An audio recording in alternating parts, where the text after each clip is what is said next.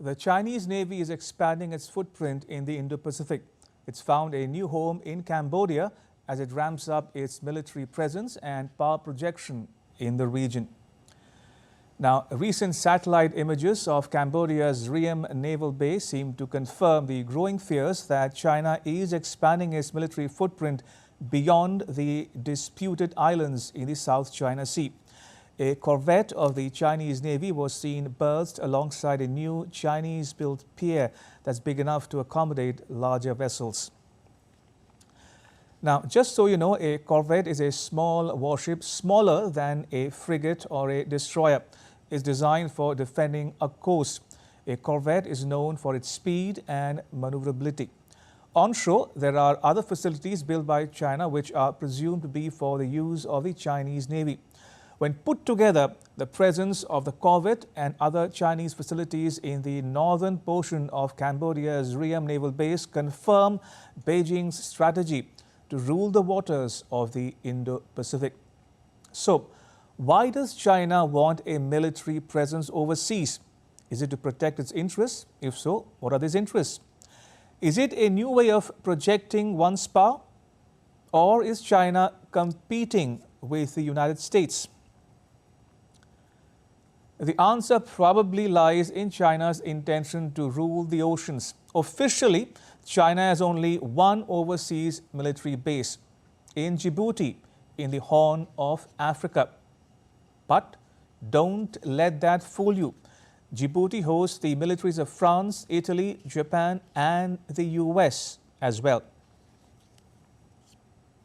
This is no coincidence. It's all about securing strategic access, and China is no different. Now, coming back to Cambodia, Cambodia denies the speculation that China has a permanent military presence in the Ream naval base, which is located in the southern part of this Southeast Asian country. But here's the kicker. It wasn't just China that helped Cambodia build the Ream port. It was the US. The project was a collaboration between the US and Cambodian governments until 2017. But after a political turmoil, Cambodia changed tack and it went ahead and joined hands with China. Now, Xi Jinping's ambitious Belt and Road Initiative was launched in 2013. In 2017, China financed 70% of Cambodia's road and bridge development. By 2020, the structures built with US money near the Ream port were dismantled. China stepped in a big way. It began leading with its own set of infrastructure development. 2 Chinese corvettes were regularly seen in the Ream port since December 2023. So it raises questions about China's intentions. Now, here's something that you need to know. Cambodia's constitution does not allow a foreign nation to own any part of its port or lease it. But here's the catch. The constitution allows friendly countries to use Cambodia's ports if and when required, and China was quick to seize the opportunity. Here's what you need to understand. The Ream naval base holds geostrategic and geopolitical significance for China. For one, it's close to the Malacca Strait. Now, the Malacca Strait is a critical choke point through which 70% of China's energy imports pass. Cambodia is located right next to Vietnam and Thailand. China's presence in the Ream port will worry Vietnam's naval port at Cam Ranh Bay. Vietnam and China have a long history of disputes, maritime dispute in particular. China's so-called 9-dash line stakes claim to almost the whole of South China Sea. And that impinges on the sovereignty of countries such as Vietnam. Here, Vietnam is not alone. There are other countries in the region that have similar territorial disputes with China on account of China's creeping expansionism. But Cambodia's is now the only port where China has invested. China's game plan comes a long way, with ownership in at least one port on every continent except Antarctica. Of the 129 projects, 115 are active, whereas the remaining 14 port projects have become inactive because they have been either cancelled or suspended. Now, China has a presence or a potential base in Sri Lanka, Pakistan, Tanzania, Mauritius, Maldives and Myanmar. That's not all. China has invested $10.4 billion in Tanzania's ports and $3.9 billion in Sri Lanka. China has invested another $1.5 billion to build 3 ports in Cambodia, and Ream is one of them.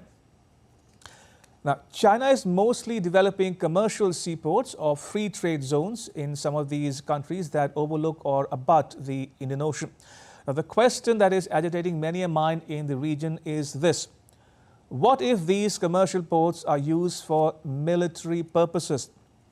In February 2019, the Washington Post newspaper published from the US reported the presence of Chinese troops in Central Asia based on photographs and interviews conducted in Tajikistan. Also, China has fully militarized at least 3 of the several islands it has built in the disputed South China Sea. It's arming them with anti-ship and anti-aircraft missile systems, laser, jamming equipment and fighter jets in an increasingly aggressive manner that threatens all nations operating nearby. In 2023, China began to build a dedicated port to support deep-sea research in the disputed South China Sea. As of September 2023, China has signed 70 bilateral and regional shipping agreements with 66 countries and regions. Today, China's shipping routes and service networks cover major countries and regions worldwide. The rapid enhancement of the so-called commercial ports by China is causing anxieties to military planners in the US. By expanding to Pakistan's Gwadar port and Sri Lanka's Hambantota port, China's intention seems to be more than what it appears to be. So to come back to the question we asked at the top of the show, is this all part of a broader, more ambitious Chinese plan? Only time will tell. But one thing is certain: China's maritime ambitions are no longer about just trade. They're about power. And with that, it's a wrap on this edition of Voice of the Global South. But news continues here on DD India. You can catch all the latest updates on our social media, mobile and digital platforms. Thanks for watching. Goodbye.